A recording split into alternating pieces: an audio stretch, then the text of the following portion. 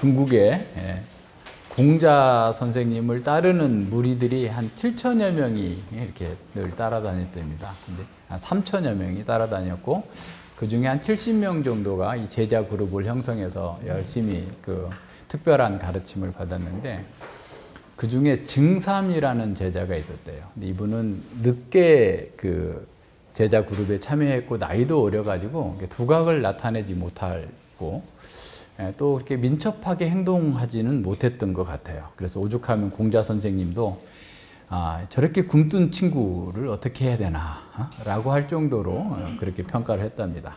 그러니까 좋게 말하면 우직했고, 나쁘게 말하면 둔하고 단순하고 요령 없는 그런 사람이었던 것이죠. 그런데 놀랍게도 공자 선생님의 뒤를 이어서 후대에 가장 영향을 끼친 제자는 바로 증삼이었다고 합니다. 증삼은 그 당시에 다른 제자들과 달리 당대에는 그렇게 큰 이름을 떨치지 못했는데, 오히려 그가 쓴 효경이라든가 많은 책들을 통해서 공자의 사상과 그의 가르침을 전해주고 있다고 그래요. 그래서 후대의 사람들은 증삼을 보면서 우직함이 명민함을 넘어섰다라고 평가를 한답니다. 그래서 증삼은 사람들에게 보여주고 어떤 명망을 얻기 위한 학문이 아니라 자기 마음을 훈련하는 데 집중했다라는 겁니다. 그런 사람은 당장은 우둔해 보이지만 맑은 마음을 가진 사람을 따르고자 하는 사람들은 언제나 있기 마련입니다. 조선시대의 아주 개혁의 군주로 유명했던 정조대왕도 이 증삼의 가르침을 따라서 자기 일기 이름을 일성록이라고 했다고 그래요. 매일 성찰하는 기록, 그러니까 자기 일기를 일성록이라고 짓고 그 증삼의 가르침을 잘 따르고자 했다고 합니다.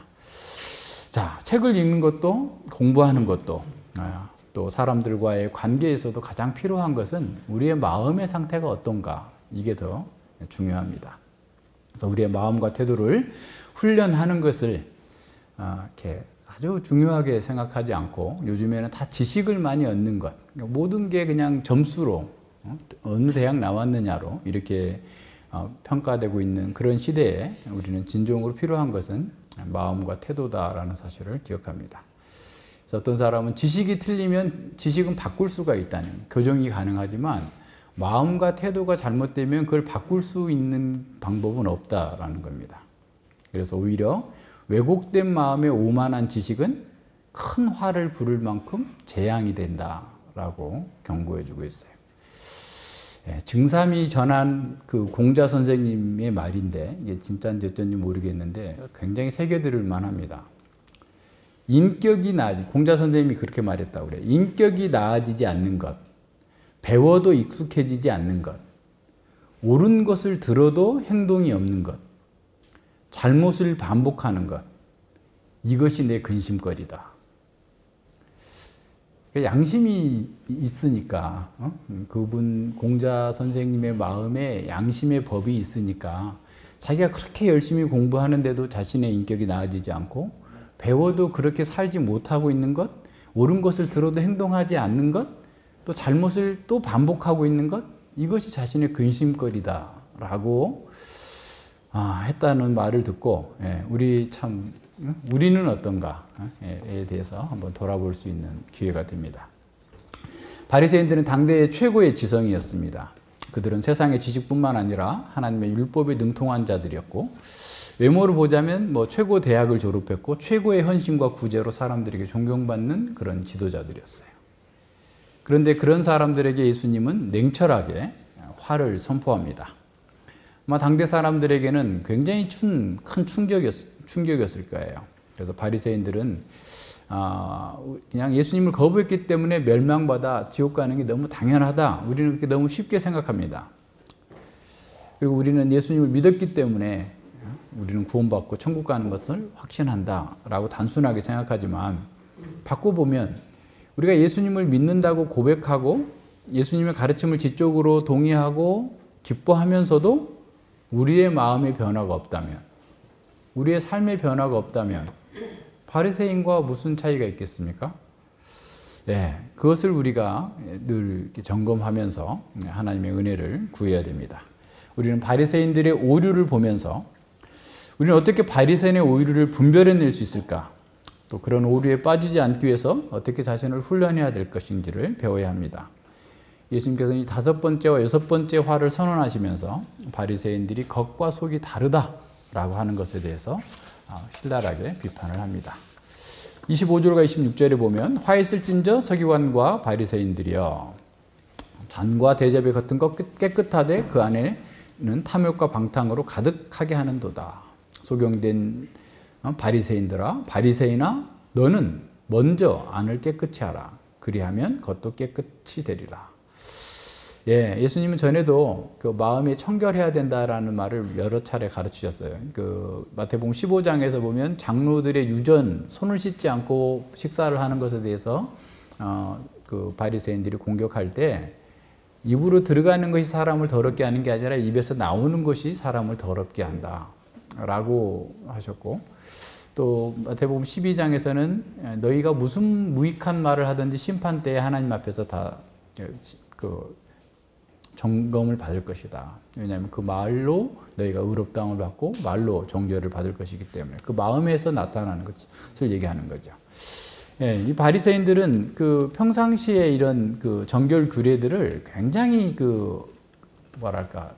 단수를 높여서 했어요. 그러니까 전에도 계속 나오지만 제사장 수준에서 그렇게 정결 규례를 한 겁니다. 그러니까 의도는 좋아요. 제사장들이 하나님을 늘 섬기니까 그 제사장들처럼 성전에서 하는 것처럼 성전의 그릇처럼 깨끗하게 해야 된다 하면서 그걸 열심히 깨끗하게 하는 것은 좋아. 의도는 좋은데 그것만 하고 자신의 속에 더러워져 있다는 것을 이해하지 못하고 오히려 그것 때문에 자신들이 의롭다라고 생각을 한 거예요. 그래서 당시에 그 바리새인들은 수많은 정결 규례들을 덧붙이니까 사실 그 팔레스타인 지역에서는 그런 대로 어떻게 해볼 만하지만 디아스포라 유대인들, 전 세계에 흩어져 있는 그 사람들은 그렇게 할 수가 없잖아요. 이방인들 속에 흩어져 살고 있는데 그렇게 하기가 어려우니까 그 사람들이 하나의 방법을 낸 게 뭐냐면 이런 정결 규례는 문자적으로 지키는 게 아니야. 하나의 비유야. 알레고리야라고 하면서 다른 방식으로 했을 정도로 그렇게 많은 정결 규례들을 사람들에게 부과하고 있었다는 거예요. 그러니까 그럴 정도로 열심히 하는데 실제로 그들의 마음은 전혀 바뀌지 않고 있는 그런 상태입니다. 바리새인들이 그렇다고 해서 잔과 대접 겉은 깨끗하게 하고 속에 더러운 데다가 음식을 담아 먹었다는 그런 말이 아니에요. 잔과 대접이 겉은 깨끗하고 속은 더러운 대접처럼 너희들의 마음이 그렇다, 너희들의 행동이 그렇다라고 하는 그런 의미로서 지금 말씀하십니다. 그러니까 외적인 정결 규례에 대해서는 열심을 내면서도 율법의 원리를 따라서 마음을 정결케 하는 데는 전혀 관심을 두지 않고 있어요. 오히려 그들 마음속에는 탐욕과 방탕이 가득 차 있다. 탐욕이라는 말은 남의 것을 빼앗는 강도짓이라는 것도 포함이 되어 있어요.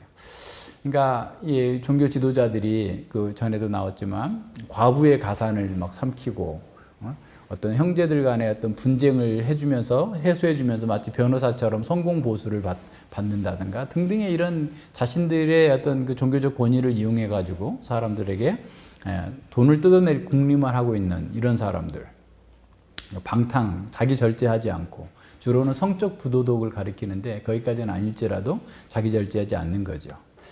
그러니까 그들은 외적인 정결은 굉장히 중요시하면서도 실제로는 자기 마음에 있는 탐욕을 채우기 위해서 사람들의 것을 빼앗는 그런 것을 하고 자기의 정욕을 위해서 온갖 일들을 행하는 사람들인 겁니다. 물론 그 사람들이 남의 집에 들어가서 막 훔쳐오고 막 빼앗고 뭐 강탈하고 노상강도처럼 그렇게 한 게 아니죠. 다 어떻게 하겠어요? 주님의 이름으로 여호와를 경외하기 때문에 너희들은 이렇게 해야 된다. 이렇게 하면서 하나님의 일을 한다고 하면서 이제 사람들한테 그걸 빼앗는 것이죠. 쉽게 말하면. 오늘날도 그런 사람들 많아요. 목사들이 그냥 뭐 주님의 일을 한다는 명목으로 돈 많은 그 권사님들 찾아다니면서, 그러니까 남편도 돌아가시고 자식도 없는 사람은 또 딱 안성맞춤이잖아요. 그러니까 당신이 돈 놔두고 가면 뭐 하겠냐고 주님의 일을 위해서 써야 된다고 하면서 그 몇십억을 그냥 다 바쳤는데 그래서 무슨 재단을 만든다니 재단을 자기 사유화해버려요, 목사가. 그러니까 이제 이분은 북한에서 내려왔나 봐. 어떤 분 얘기인데 북한에서 내려와가지고 통일운동을 위해서 북한의 교회를 위해서 당신이 지원해달라라고 그 돈을 기부를 했는데 그분 뭐 통일운동에 하나도 안 쓰고 자기가 그냥 다 이렇게 쓰니까 그걸 다시 돌려달라고 소송을 한다는 얘기를 들었는데 어찌 됐는지는 모르겠어요. 그러니까 그런 일들도 있어요. 지금도 있습니다. 그러니까 이런 사람들은 자신의 배가 신이기 때문에 자신의 이익을 위해서라면 어떤 짓도 할 수 있는 그런 사람들이에요. 이런 사람들이 교회에도 아주 많아요. 지난번에 우리 들으니까 어느 교회에 아주 신실한 척 해가지고 4년 5년 동안 열심히 교회를 섬기고 사람들에게 신뢰를 받고 막 이렇게 하더니 결국 30억 원을 해먹고 도망갔대요. 이야, 참. 그러니까 이게 사람들이 그런 거죠. 중직이라고 하고 또 막 열심히 하니까 다 신뢰해주고 교회에서도 막 인정해주고 이런 사람이니까 그 사람들을 사람들이 믿고 또 혹하게 그 사람들의 정욕을 이렇게 했겠죠. 만약 이런 사람이 우리 교회에 온다면 우리는 분별해낼 수 있겠어요? 아주 뭐 그냥 탁월한 외모를 가지고 있고 뭐 굉장히 열심을 내고 뭐 이렇게 다 한다면 우리도 깜빡 속을 수 있지 않을까? 한번 우리 스스로를 점검해 봐야 돼요. 어떻게 우리는 분별해낼 수 있을까? 돈만 빼앗는 게 강도짓이 아닙니다. 우리의 마음을 빼앗는 것도 강도짓이에요. 다른 것으로 빼앗고 이런 거 저런 거 막 사람들에게 잘해주고 뭐 이렇게 하면서 결국은 자기 사람을 만들려고 하는 이런 것들 또한 이런 사람들의 특징입니다. 그래서 이게 우리는 각자가 독립적인 신앙을 해야 돼요. 그러니까 목사를 의존해도 안 되고 장로나 집사를 의존해도 안 되고 남편을 의존해도 안 돼, 사실은. 그러니까 남편과 한 신앙을 가져야 되지만 한 독립적으로 주님과 함께 가야 돼요. 주님 앞에 서야 돼요. 그래서 그 신앙을 가지고 다른 사람의 신앙과 삶을 분별할 수 있어야 돼요. 근데 그렇게 안 되면 어떻게 되냐면 이게 뭐라고 그럴까? 이게 안 좋은 모범을 계속 따라가게 되는 겁니다.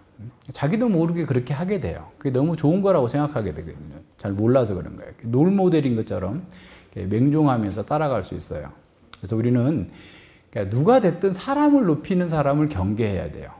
자기를 따르게 하는 사람을 경계해야 됩니다. 사람을 높이지 말고 사람을 의지하지도 말고 하나님을 의지하고 다 서로 연약한 사람, 부족한 것들이 있는 사람임을 알고 서로 기도해 주면서 그 상황들을 잘 해결해 나갈 수 있도록 해주는 것이 맞습니다. 자, 예수님은 그런 자들에게 소경된 바리새인아라고 부릅니다. 그러니까 지금 더러운 것으로 가득 탐욕과 방탕이 가득 차 있는데 겉만 깨끗하다고 자기는 깨끗하다라고 생각하니까 소경인 거죠. 영적인 소경인 거죠. 그래서 먼저 안을 깨끗해야 된다라고 말씀하시는 거죠. 그러니까 마음이 청결해져야 돼요. 그러니까 사람의 정결은 내적인 의에 달려있는 것이지 외적인 정결 규례를 열심히 지키는 것에 달려있는 것이 아니다라고 말씀하시는 겁니다. 그러니까 마음이 정결하다면 그 사람의 행동도 정결하게 나타나겠죠. 그러니까 우리가 전에도 공부한 것처럼 돼지에게 사람의 마음을 넣어주면 돼지라도 모양은 돼지라도 사람처럼 살려고 할 거고 사람이라도 돼지의 마음을 가지고 있으면 아무리 좋은 집을 줘도 돼지처럼 살 거예요. 그러니까 마음이 먼저예요. 이게 항상 중요합니다. 이 바리새인들의 오류의 근원은 하나님이 아니라 자기를 더 사랑하는 겁니다. 하나님보다 자기를 사랑한 거예요. 그들이 그렇다고 해서 율법의 대강령을 동의하지 않았거나 율법을 지키지 않았거나 또는 율법을 뭐 외우지 않았거나 이런 거 아니에요. 그들은 다 지키고 다 외우고 다 했어요. 오히려 율법에 기록된 것보다 더 많이 했어요. 더 많이 했는데도 불구하고 이 사람들은 그리고 또 열심히 없었던 것도 아니고 열심을 냈고 금식도 하고 할 수 있는 것은 모든 걸 다 했어요. 그럼에도 불구하고 그들의 마음이 바뀌지 않은 거예요. 그러니까 자기중심적인 그 상태에 있게 되면 아무리 선한 것이라도 그것이 자신에게 선하게 작용하지 않아요. 그러니까 C.S. 루이스가 천국과 지옥의 이혼에서 하는 얘기가, 그러니까 이제 그게 이제 윌리엄 블레이크라고 하는 영국의 시인의 그 시에서 그 사람은 천국과 이혼의 결혼이라는 시를 썼어요. 이거 무슨 말이냐면 천국과 지옥이 별거 아니다. 조금만 바꾸면 다 하나가 되는 거야. 니네가 선이라고 말하는 거, 이삭이 악이라고 말하는 거 조금 바꾸면 다 합쳐질 수 있어. 다시 말하면 상대주의적 세계관을 가지고서 그 얘기를 한 거예요. 근데 C.S. 루이스는 그게 아니다. 있을 수 없다. 아무리 악을 개선한다고 선이 될 수 없고, 선을 아무리 어떻게 빗든다고 해가지고 악이 될 수 있는 게 아니다라는 거예요. 그러니까 우리의 마음에 먼저 변화가 있지 않으면 겉에다가 아무리 뭘 뒤집어 씌워놔도 그것은 결국 마음에 있는 게 나오게 돼 있어요. 무의식 중에라도 나와요, 그게. 그러니까 마음의 변화가 우선입니다. 그러면 율법을 보고서 우리는 어떻게 해야 되겠어요? 정말 원상의 인간의 아름다움에 비추어서 우리의 죄악들을 바라보면서 정말 오호라 나는 공고한 자로다라고 탄식하면서 예수 그리스도를 받아들이고 예수 그리스도 안에서 예수님의 그 선하심과 아름다우심을 바라보면서 나아가는 거예요. 그렇게 가지 못하면 우리는 여전히 대단한 사람인 것처럼 스스로 착각하게 되는 거예요. 그러니까 공자마저도 세상의 그냥 학문이잖아요. 그 사람은 일반 은혜 가운데에서 주어진 학문을 연구하면서도 왜 내가 내 마음이 안 바뀌는 거지? 내가 왜 똑같은 실수를 반복하는 거지? 왜 내가 이렇게 하는 거지? 고민했잖아요. 고뇌했잖아요. 근데 우리는 율법을 보면서도 왜 어떻게 자기가 저렇게 잘났다고 얘기할 수 있고 자기가 의롭다고 그러고 자기가 의의 표준이라고 말할 수 있냐는 거죠. 이게 얼마나 큰 오류입니까? 그것은 마음에 지금 온전한 변화가 이루어지지 않았다라는 사실을 기억해야 됩니다. 오늘날 많은 사람들이 지식이 늘었어요. 그렇다면 공자와 같다면 우리는 부끄러워해야 되는 거예요. 나는 이렇게 공부를 많이 했어. 책을 이렇게 많이 읽었는데도 나는 아직도 이 모양입니다. 부끄럽습니다. 이렇게 가는 게 맞는데 오히려 그 지식을 자랑하면서 다른 사람을 지식을 가지고 억누르고 군림하고 지배하려고 하는 거예요. 그렇게 되면 안 됩니다. 그 마음의 정욕과 탐욕과 방탕이 있다는 증거일 수 있어요. 우리 요한계시록 이제 오늘 다 읽었잖아요. 요한계시록 1장 3절 그리고 요한계시록 22장 7절에서 인클루즈 구조가 되어 있어요. 이 예언의 말씀을 듣고 지키는 자가 복이 있다. 듣는 자가 복이 있다는 게 아니라 듣고 지키는 자예요. 그게 복이에요. 그러니까 늘 우리 얘기하잖아요. 하나님 나라의 복은 뭐 그냥 기복주의로 지나가는데 뭐 복권이 하나 당첨된 게 복이 아니고 주의 말씀을 따라서 듣고 행하고 그 안에서 주님과 함께 동행하는 것. 이게 복인데 사람들 그 복을 경험해 보지 못했으니까 자꾸 그 허접한 것들을 복이라고 생각하는 거예요. 그러니까 기복주의로 자꾸 나가는 거죠. 자, 예수님 무엇보다도 우리의 마음이 탐욕과 방탕으로 가득 차 있다라는 사실을 인식해야 된다는 걸 가르치는 거예요. 에레미야 17장에서 말씀하고 있는 것처럼 정말 만물보다 심히 부패하고 거짓된 것이 마음이다. 나의 마음이다라는 사실을 안 사람만이 그 제사 제도를 통해서 율법을 통해서 이걸로는 안 되고 오실 메시아께서 우리의 죄를 사해 주실 텐데 그 오실 메시아를 기다리는 사람으로 바뀌는 거죠. 그리고 그걸 기다렸다면 우리 마가복음 2장에서 누가복음 1장에서 그 시므이라는 사람, 이스라엘의 구원을 기다리는 사람처럼 이렇게 예수님을 바라보면서 기뻐하고 즐거워할 수 있을 거예요. 그래서 구약의 모든 규례는 메시아께서 단번에 드릴 영원한 제사를 예표한 것이었어요. 그래서 이 모든 것들을 통해서 예수님의 구속의 은혜를 통해서 우리는 마음이 청결해질 수 있어요. 오직 유일한 방법이에요. 그러니까 공자 선생님도 안 됐고 소크라테스도 안 됐고 그 부처도 안 됐고 아무도 마음이 청결해진 사람이 없어요. 오직 예수님 안에서 자신의 부패한 걸 깨닫고 그 부패함 속에서 예수 그리스도의 은혜가 보혈이 우리의 마음을 깨끗하게 씻어준 사람 속에서 정결한 마음이 생기는 겁니다. 그러니까 마음의 할례를 받아야 된다는 사실을 깨닫지 못하게 되면 계속 자기 안에 틀에 갇히게 됩니다. 그래서 우리는 우리의 죄와 부패함이 얼마나 심각한지를 깨닫는 것만큼 주님의 은혜에 대해서 소중하게 생각해요. 그러니까 그 은혜를 가볍게 생각하는 사람은 그 죄의 깊이를 아직 덜 깊이 보지 못한 겁니다. 죄의 깊이를 보지 못하면 어떤 결과가 나타나냐면 자기의 행위에 너무 큰 의미를 부여하게 돼요. 내가 받은 은혜보다 내가 한 게 더 많다라고 생각을 하는 거예요. 그럼 뭘 자랑하겠어요? 은혜를 자랑하겠어요? 나를 자랑하겠어요? 나를 자랑하게 되는 거죠. 그게 오류예요. 이 바리새인들의 오류가 바로 그겁니다. 우리 또한 바리새인들처럼 성경에 능통할 수 있어요. 뭐 흔히 하는 말로 성경을 정복했을 수도 있어요. 다른 사람들에게 인정받을 만큼 경건의 모양이 있을 수도 있어요. 그러나 그 마음에 부패한 것이 자기를 지배하고 있다면 그게 무슨 의미가 있겠어요? 아무 차이 없습니다. 우리가 어제 그제인가요? 112편을 보니까 시편 112편에 그 시인이 쭉 하나님을 의뢰한다고 하면서 은혜를 베풀며 꾸이는 자는 잘 되나니 그 일을 공의로 하리로다. 그러니까 하나님의 은혜를 깨달은 사람이니까 내가 은혜를 따라서 살겠다. 그래서 내가 그 공의대로 살겠다. 자, 그런 사람은 영영이 요동치 않고 흉한 소식이 온다 할지라도 여호와를 의뢰하고 그 마음을 굳게 정했다라고 선언합니다.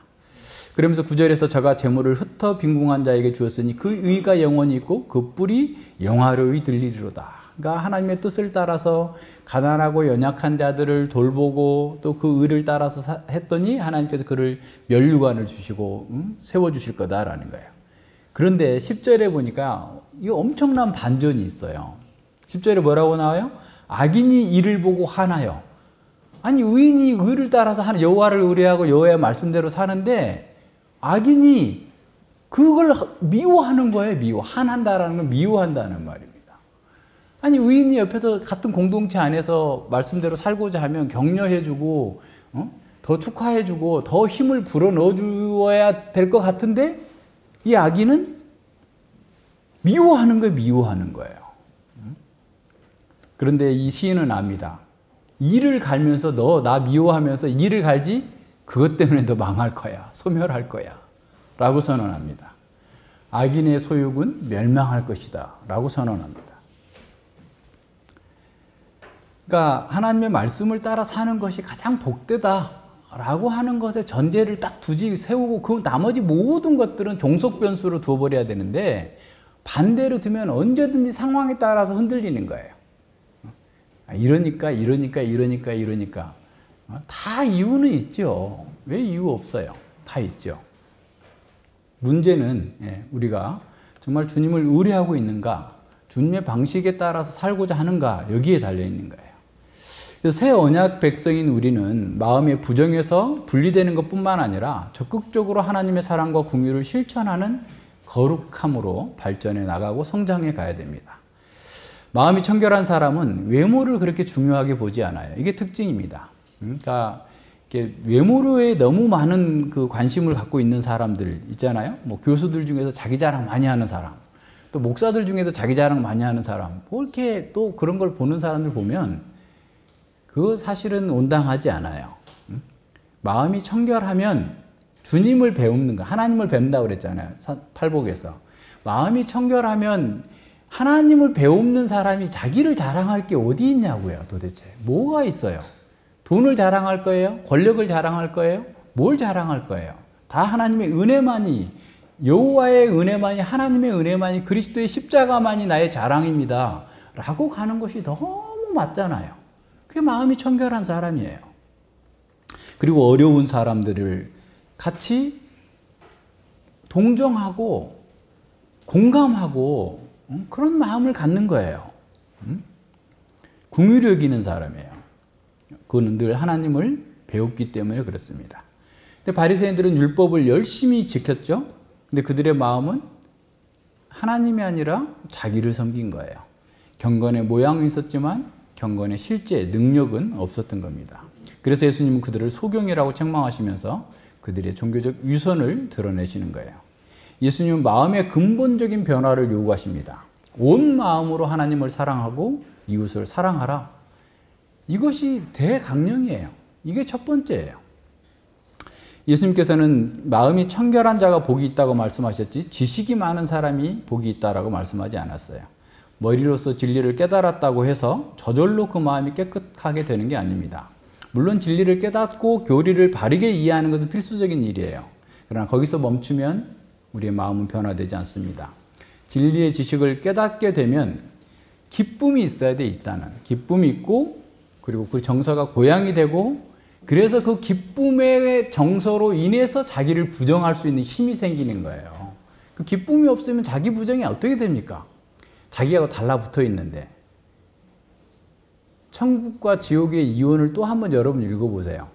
거기 가면 아주 시사하는 문학이에요. 판타지 소설이에요. 단편 소설이에요. 그거는 이거를 무슨 교리책 보는 것처럼 틀렸네 맞았나 밑줄 치고 막 단어 찾고 있으면은 그거 이해 하나도 못해요. 그냥 판타지 소설이에요. 그냥 단편 소설이니까 보는데 거기에 보면 지옥에서 온 유령이 뭐가 하나 달라붙어 있어요.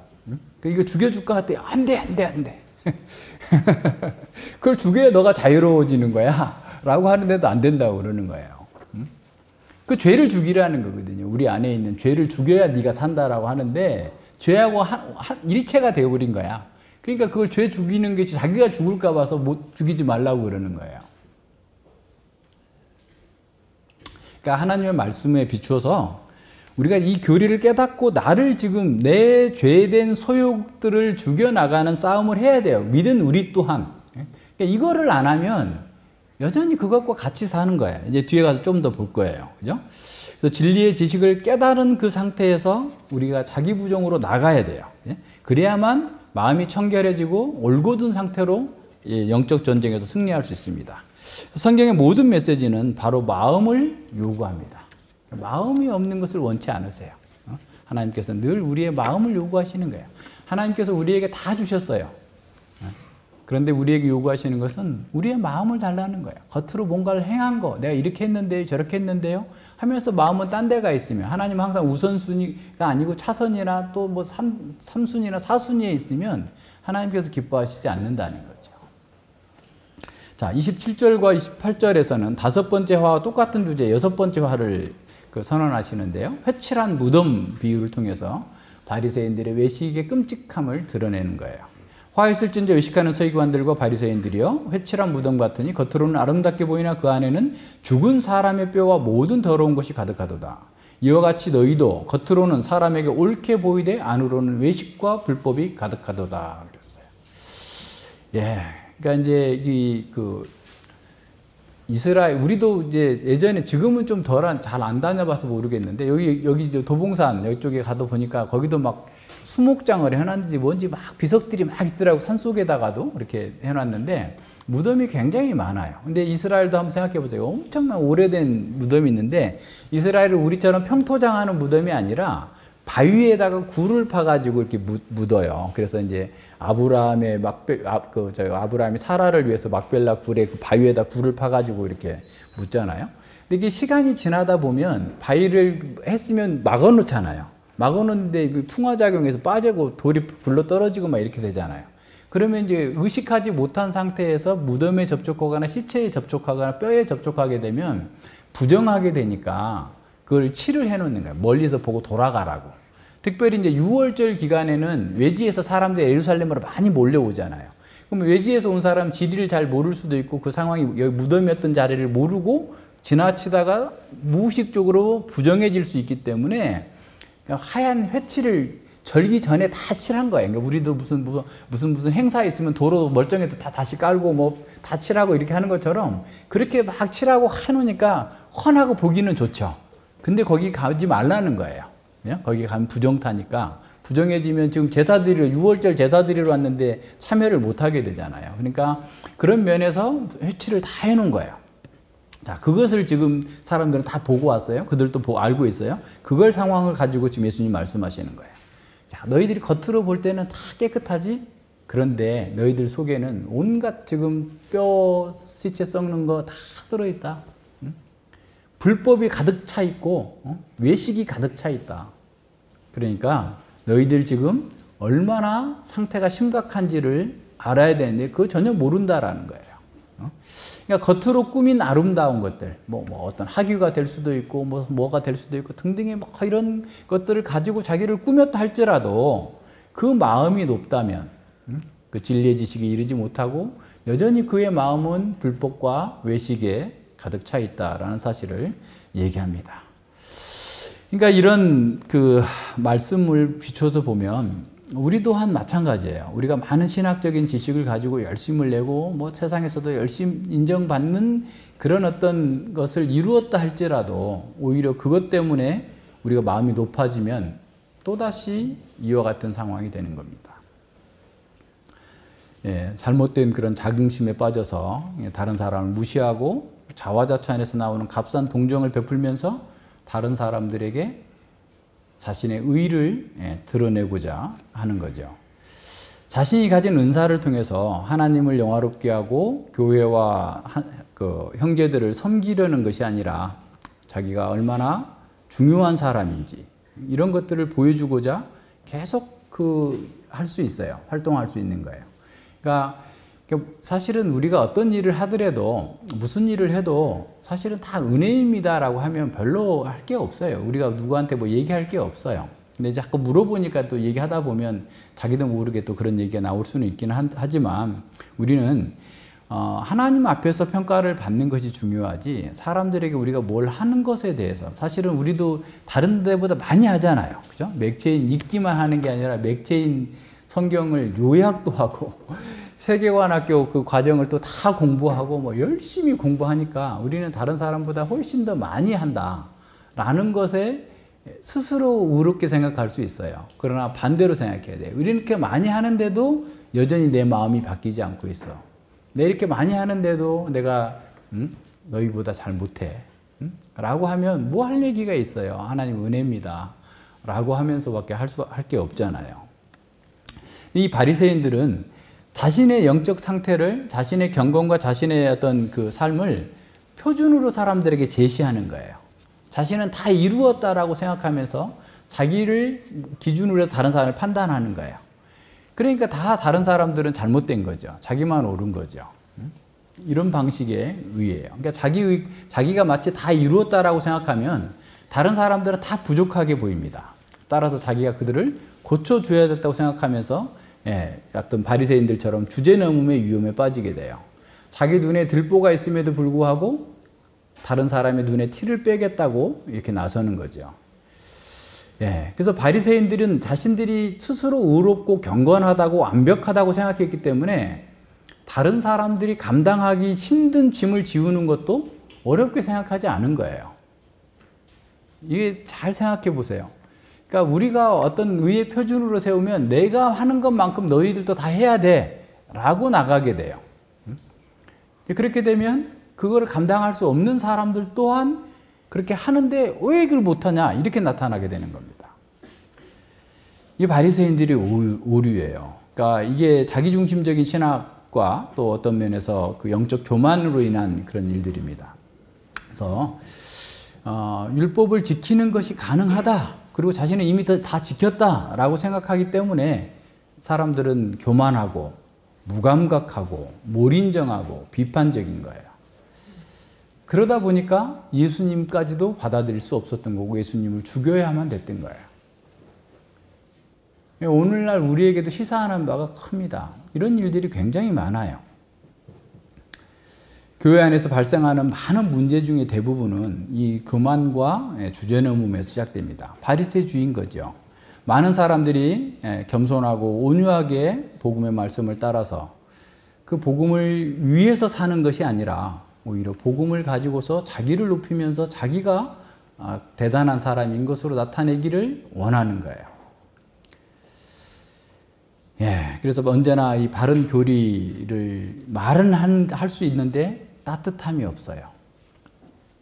긍휼히 여기는 마음이 없어요. 한날 정죄만 합니다. 그리고 자기가 다 모든 것들을 이렇게 판단하고 이렇게 하면서 사람들을 괴롭게 하는 거죠. 이것이 외모만 가꾸려는 바리새주의의 교만입니다. 위험입니다. 자, 이런 사람은 자신의 자신감과 확신이 너무 강하기 때문에 누가 어떤 말을 해줄 수가 없어요. 그냥 오히려 자기를 또 신앙의 영웅으로 세우고 있기 때문에 다른 사람들이 그걸 인정해주지 않는 것만으로도 분노하게 되고 그렇습니다. 또 하나님 은혜 가운데에서 이루어지는 일도 마치 자기가 잘해서 그런 것처럼 다 자기가 영광을 받고자 하는 그런 의식들이 굉장히 강합니다. 이게 바리새주의의 특성입니다. 자, 그렇다면 우리는 어떻게 마음을 깨끗하게 할 수 있을까요? 바리새인들은 겉으로는 율법과 정결 규례를 철저하게 지켰기 때문에 스스로 의롭게 생각했어요. 이스라엘의 존경받는 선생으로 살았습니다. 하지만 그들의 마음은 탐심과 방종과 위선과 불법으로 가득 차 있었어요. 바리새인들의 열정과 애모는 자신들마저 속일 정도로 대단한 것이었습니다. 그래서 그들은 교만과 착각에 빠져서 예수님을 거부하고 예수님을 대적했습니다. 그들은 자기의 마음의 부패함을 보지 못했기 때문에 자신들처럼 외적인 규례와 경건의 모양이 없는 사람들을 멸시하고 깎아내리게 된 거예요. 예수님 먼저 안을 깨끗이 하라라고 하신 것은 인간의 모든 노력은 헛것이라고 말씀하신 거예요. 너희들 스스로 깨끗하게 질 수 없다는 거예요. 그러니까 공자 선생님도 자기 양심에 따라서, 양심의 법을 따라서 살지 못한 것에 대해서 한탄하면서 근심하지 않았습니까? 인격이 나아지지 않는 것, 배워도 익숙해지지 않는 것, 옳은 것을 들어도 행동이 없는 것, 잘못을 반복하는 것. 이것이 내 근심거리다. 네, 우리가 잘 아는 윤동주 시인에 대해서도 우리는 이게 하나님 앞에서 본 거라고 생각했었는데 죽는 날까지 하늘을 우러러 한 점 부끄럼 없기를 잎새에 이는 바람에도 나는 괴로워했다라고 했던 말인데 아마 윤동주 시인은 어려서부터 이 사서삼경을 열심히 공부했던 사람인가 봐요. 근데 이게 지금 맹자의 이 군자론, 군자의 삼락, 군자 삼락 중에 두 번째 앙불괴어천에서 나온 말이라고 해요. 그러니까 불괴라는 말, 부끄러움이 없다라는 거고, 앙어천, 그러니까 하늘을 우러러 전혀 한 점 부끄러움 없기를 바랐다. 그래도 그러니까 맹자도 못했고 윤동주 시인도 못한 거예요. 다시 말하면 아무리 뭐 해도 스스로 마음을 깨끗하게 할 수 없다라는 거예요. 그죠? 그러니까 구약의 율법도 제사 제도로도 할 수 없었어요. 그죠? 황소와 염소의 피가 능히 죄를 깨끗이 할 수 없었기 때문에 예수님이 오신 거 아닙니까? 자, 상황이 이렇다면 어떻게 우리는 마음을 청결하게 할 수 있을까요? 인간의 모든 노력으로도 그것은 불가능합니다. 탁월한 교육과, 그러니까 그 맹자는 군자 삼락 중에서 첫 번째는 부모님이 생존해 계시고 형제들이 잘 살고, 두 번째가 지금 앙불귀어천, 그러니까 하늘 우러러 부끄러움 없이 사람들과도 잘 지내고, 세 번째가 좋은 인재를 만나서 교육하는 것이 세 번째 즐거움이다 그랬는데, 우리 좋은 인재들입니까? 네. 그러니까 이런 그 교육하는 것이 또 자기의 기쁨이다라고 했는데, 아무리 교육을 해도 그 사람의 마음을 바꿀 수 없어요. 그것은 오직 예수님 뿐입니다. 그죠? 죄악에 물든 인간의 마음은 그 무엇으로도 바꿀 수 없습니다. 사람이 자기 스스로 마음을 깨끗이 할 수 없습니다. 예수 그리스도의 보혈만이 그의 마음을 새롭게 하고 청결하게 할 수 있습니다. 따라서 거듭난 사람은 거듭남이 없는 사람은 아무리 노력해도 죄악된 마음의 굴레에서 평생 벗어날 수 없어요. 따라서 우리는 이 단계를 건너뛰면 안 됩니다. 자신의 상태를 정직하게 볼 수 있게 해달라고 기도하고, 하나님 말씀을 진지하게 받으면서 정말 자기 자신이 그러한가, 특별히 자기 마음을 보게 해달라고, 자신의 마음의 부패함을 보면 볼수록 예수 그리스도의 은혜에 더 간절히 사모하게 되고 그 은혜가 자기에게 입혀지기를 갈망하게 되는 거죠. 그래서 청결한 마음을 갖기 위한 첫 번째 조건은 바로 자기 마음이 만물보다 심히 부패함을 깨닫고 애통하는 겁니다. 마음의 부패한 상태를 보면서 마음이 가난해지고 심히 애통하면서 예수 그리스도를 만날 때만이 청결한 마음을 소유할 수 있게 돼요. 즉 성령께서 말씀을 통해서 우리의 부패하고 타락한 마음의 실상을 보게 하실 때 심령이 가난해지고 애통하고 하나님의 말씀을 온유함으로 받아들임으로써 마음이 청결케 됩니다. 더 나아가서 하나님의 의를 구하고 그 의로 채움을 입고 하나님의 긍휼을 입게 될 때만이 마음이 청결케 됩니다. 거듭남의 은혜를 구해야 하는 사람이 성화를 위해서 아무리 노력해도 그것은 이루어질 수 없어요. 그러니까 자기 상태를 잘 파악해야 됩니다. 그래서 마음이 청결해지는 것은 성령께서 찾아오셔서 하나님의 말씀을 깨닫게 하시고 진리로 우리의 마음의 지성과 정서와 의지를 깨끗하게 하고 새롭게 하셔야만 가능합니다. 그래서 우리는 성경을 공부하고 기도할 때마다 성령께서 우리의 객관적인 실상, 우리의 마음을 보게 해달라고, 깨닫게 해달라고 간절히 기도해야 됩니다.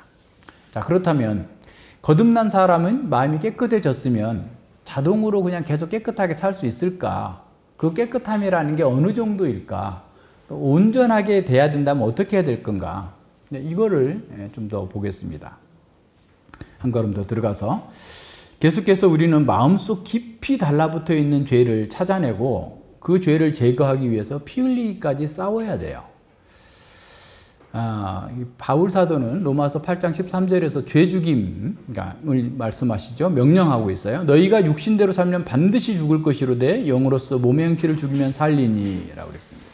사도는 우리가 죄를 죽일 수 있도록 성령을 주셨다라고 말씀하고 있어요. 성령께서는 우리 마음에 새 언약의 말씀대로 율법을 새겨주시고 율법을 행할 능력을 주셨을 뿐만 아니라 몸의 행실을 죽일 수 있는, 다시 말하면 죄를 죽일 수 있는 능력을 주셨어요. 우리는 이것이 전제되어야 돼요. 거듭났다면 그 사람은 바로 이 능력을 가지고 있어요. 그래서 성령께서 새 마음을 주셔서 죄를 미워하게 하시는 거예요. 에스겔 36장에서 말씀하고 있는 것처럼. 그런데요, 저도 그랬는데 위기적 회심, 극적인 회심을 하거나 하면 그 기쁨이 너무 커요.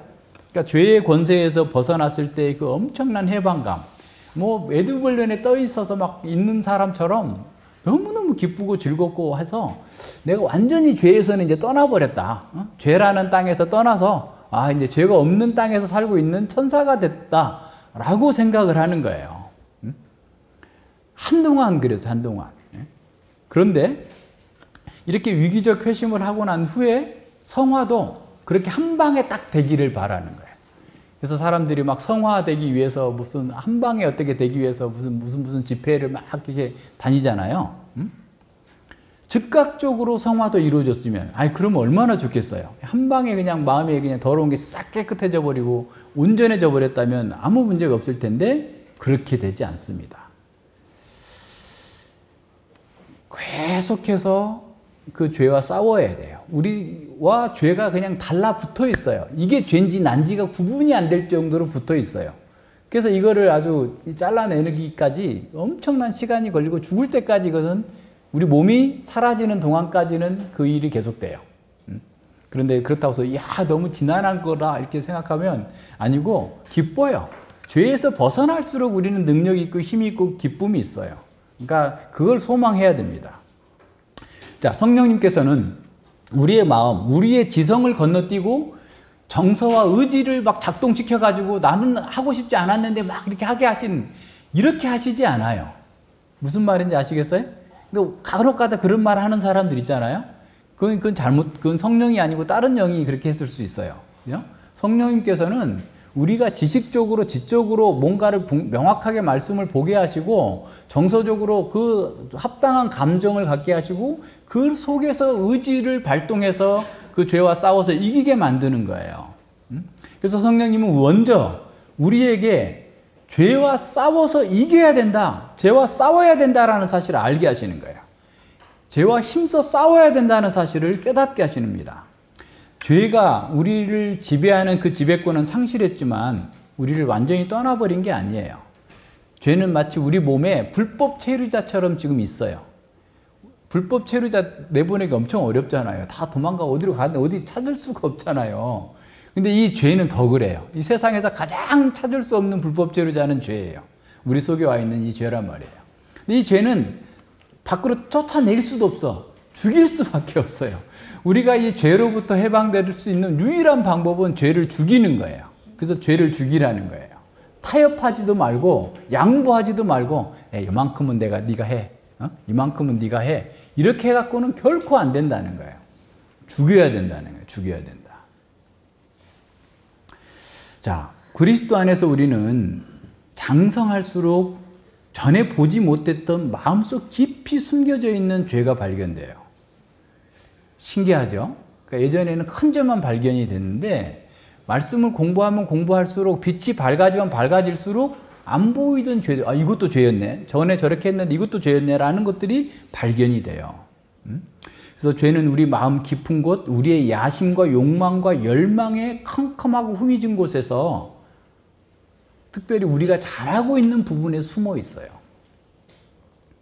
그래서 그걸 가지고 하나님과 우리의 사이를 막고 형제와 우리의 관계를 깨트리게 만들어요. 죄가 그렇게 하는 거예요.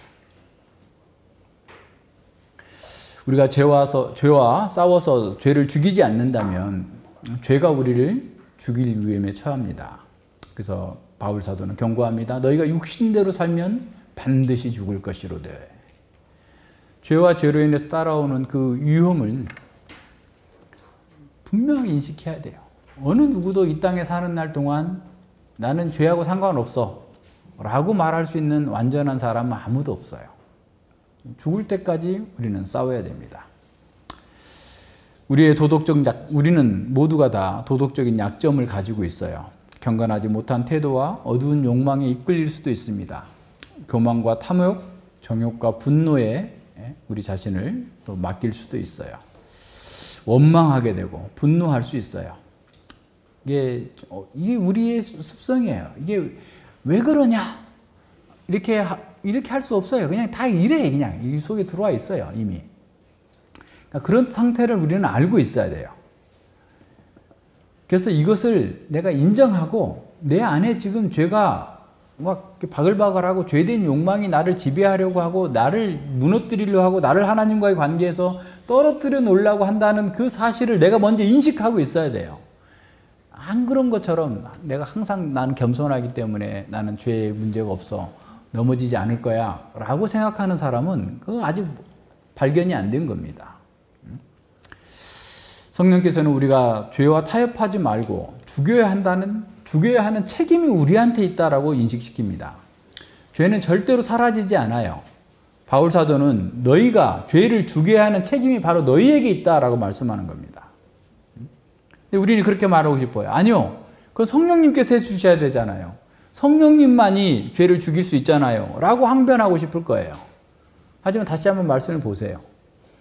성령으로 죄를 죽이게 하라가 아니라 너희가 죄를 죽이라는 거야. 너희가 성령의 능력으로 죄를 죽이면 살리니 라고 말씀하고 있어요. 너희가 하라는 거예요. 너희가. 우리가 하되 성령의 힘을 입어서 하는 거예요. 아시겠죠? 그러니까 죄와 싸우는 것은 우리가 해야 될 일이에요. 죄와 안 싸우면 나는 죄에게 먹힌 겁니다. 성령께서 우리에게 능력을 주실 거예요. 성령께서 능력을 주시지 않는다면 우리는 안 돼요. 그래서 기도해야 되는 거예요. 성령님, 제가 오늘 누구를 만나서 이렇게 교제를 하게 될 텐데 제가 이런 부분에서 약합니다. 그래서 내가 그 사람의 페이스에 말려가지고 하나님의 자녀답지 못하게 행동하고 말할 수 있는데 주님 저를 지켜주세요. 지혜를 주세요. 어떻게 해야 될까요? 기도하시고 내가 죄에 타협하지 않고 사람의 생각에 내가 넘어가지 않도록 주님 말씀으로 저를 무장시켜 주시옵소서. 제가 이렇게 지금 마음에 분노가 끓어오르는데 주님 저를 막아 주시옵소서. 성령께서 제 마음에 열기를 빼 주시옵소서. 참고 인내하게 하여 주시옵소서. 주님의 자녀답게 이 일에 내가 대처할 수 있게 해 주시옵소서. 속히 분내지 않도록 저를 붙잡아 주시옵소서. 라고 기도하면서 하나님께 나 자신을 맡겨야 되는 거예요. 성령께서 우리를 능력 주신다고 그래서 우리는 가만히 있는데 기계적으로 막 나를 사용해가지고 이렇게 하시게 하는 게 아니에요. 인격적으로 하시는 거예요. 인격적으로. 우리를 지정의적으로 깨닫게 하시고 우리의 마음의 변화를 시켜주시고 그리고 그 변화된 사람으로서 거룩한 일을 할 수 있는데 그 거룩한 일이 죄를 죽이는 거예요. 죄를 저항하는 거예요. 주님의 능력을 따라서 주님의 영광을 위해서 살 수 있도록 성령께서 힘을 주세요. 빌립보서 2장 12절로 13절에서 우리 안에 계시는 분이 성령께서 구원을 주셨으니 너희는 두렵고 떨림으로 구원을 이루라 라고 말씀하셨잖아요. 두렵고 떨림으로 열심히 이 구원을 우리가 받은 그 구원을 열매를 맺고 완성을 향해 나가기 위해서 계속해서 가꾸어 나가야 돼요. 농부의 비유예요. 농부가 하는 일처럼 열심히 가꾸어라. 우리 여기 어린이 텃밭 만들어 놨잖아요. 어린이 텃밭 그냥 다 잘 자란 것처럼 보이지만 보이지 않는 손길이 가서 늘 물 주고 풀 뽑고 영양제 주고 막 그래요. 여러분 이제 상추 먹고 고추 따서 먹을 때 그 수고한 사람 생각해 보세요. 그러면 우리가 수고한 고추 맛은 다를 거예요. 사 먹는 것보다. 그죠? 예를 들어서 고추 한 부대기에 1,000원, 2,000원 밖에 안 하지만 우리가 물 주고 영양제 주고 풀 뽑고 막 이렇게 해가지고 키운 그 고추는 10,000원의 가치가 있을 만큼 달고 맛있고 좋을 거예요. 우리가 죄와 싸워서 이겼을 때 하나님께서 주시는 그 기쁨과 만족과 그 자유함은 이루 다른 것으로는 표현할 수 없어요. 근데 그게 자기를 죽여야 돼요. 그러니까 자기가 살아있어서는 안 돼요, 그게. 자기라는 게 죄잖아요. 자기를 죽여야 돼요, 자기가. 예, 우리가 일하지 않으면 우리의 마음은 깨끗해지지 않습니다. 그래서 사도는 우리가 성령의 도움으로 죄를 죽일 수 있다라는 사실을 가르쳐주고 끝까지 죄와 더불어서 싸우라는 거예요. 우리는 죄의 세력에서부터 이미 벗어났으나 완전한 승리를 거둔 것은 아니에요. 우리는 성령 안에서 계속해서 죄와 싸워서 이겨나가야 됩니다. 이 싸움에서 승리를 통해서 우리는 참된 자유와 안식을 전리품으로 받아요. 고통이 없이는 이 복과 평강, 영적인 복과 평강 누릴 수 없어요. 성장할 수 없어요. 거룩해지지 않습니다. 고통을 감내해야 돼요. 자, 우리는 맹렬하게 죄와 맞서서 싸워야 합니다. 죄는 하나님을 대적하는 것이기 때문에 우리는 더욱더 방관해서는 안 돼요. 죄는 우리로 하여금 하나님께 맞서게 하고 우리의 관계를 파괴합니다. 그렇다면 우리는 모든 힘을 다해서 이 죄를 죽이기 위해서 힘써야 됩니다. 바울 사도가 육신대로 살면 죽고 육신을 죽이면 살 것이라고 말씀하신 것은 우리가 심은 대로 거둘 것이라는 그 말씀과도 일맥상통해요. 육체에 뿌리면 언제나 육체로부터 썩을 것을 거둘 것입니다. 그러나 성령에 뿌리면, 성령으로 뿌리면 영생을 거둘 것이에요. 우리의 마음의 밭에서 죄가 계속 올라오는 그런 잡초처럼 올라올 때 그것을 가만히 두면 안 돼요. 뽑아내야 됩니다. 그래서 성령께서 주시는 그 성품들은 계속 자라도록, 열매 맺도록 계속해서 힘써서 가꾸어주고 싸워 나가야 됩니다. 우리 안에서 교만과 자랑, 원망과 불평, 사욕을 품은 어떤 종교적 열정들까지라도 다 뽑아내야 됩니다. 그래야만 자유해요. 우리가 그래야 복된 삶을 살 수 있습니다.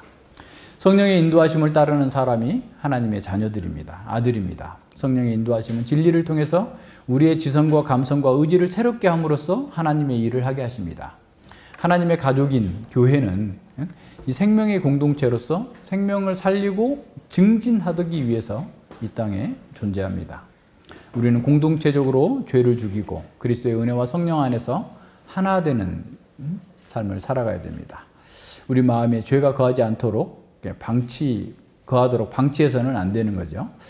성령의 새로운 능력 안에서 거룩한 것들로 우리의 마음을 채워 나가야 됩니다. 그리스도의 성품이 발휘되는 사람, 그리스도의 마음을 닮은 공동체보다 아름답고 강한 사람들은 없어요. 우리의 마음이 진리로 가득 찰 때 죄는 설 자리가 없어질 것입니다. 스펄전 목사님이 존 버년 목사님에 대해서, 청교도 목사님에 대해서 이렇게 평가했다고 그래요. 저 사람을 아무데나 쿡 찔러보라. 곧 성경 말씀에 피가 나올 것이다. 그러니까 말씀의 사람이라는 거죠. 쿡 찔리면 피가 나오는데 그분은 말씀이 나온다. 그 말은 무슨 말이냐면 그분은 쿡 찔르면 나를 뒤통수를 치든 앞통수를 치든 뭘 했든지 간에 말씀대로 반응할 거다라는 거예요. 뭐가 있으면? 그 사람이 말씀의 사람이면. 그러니까 우리 세계관 학교가 뭐 말씀의 사람이니까 말씀만 열심히 공부하기만 하고 머리만 커져가지고 어떤 일이 부딪혔을 때 말씀대로 반응하지 않고 있으면 아직 말씀의 사람이 아닌 거죠. 그러니까 어떤 상황에서도 말씀대로 행동할 수 있는 사람, 툭 치면 말씀대로 나오는 사람, 저주하는 사람에게도 축복하는 사람, 자기보다 하나님의 영광을 우선시하는 사람, 하나님의 뜻을 이루기를 갈망하는 사람, 그런 사람이 아름다운 사람이죠. 우리 마음이 말씀으로 가득 차면 우리의 마음은 청결하게 될 거예요. 그렇게 되면 우리는 외식의 위험에서 좀 더 자유로워질 것입니다.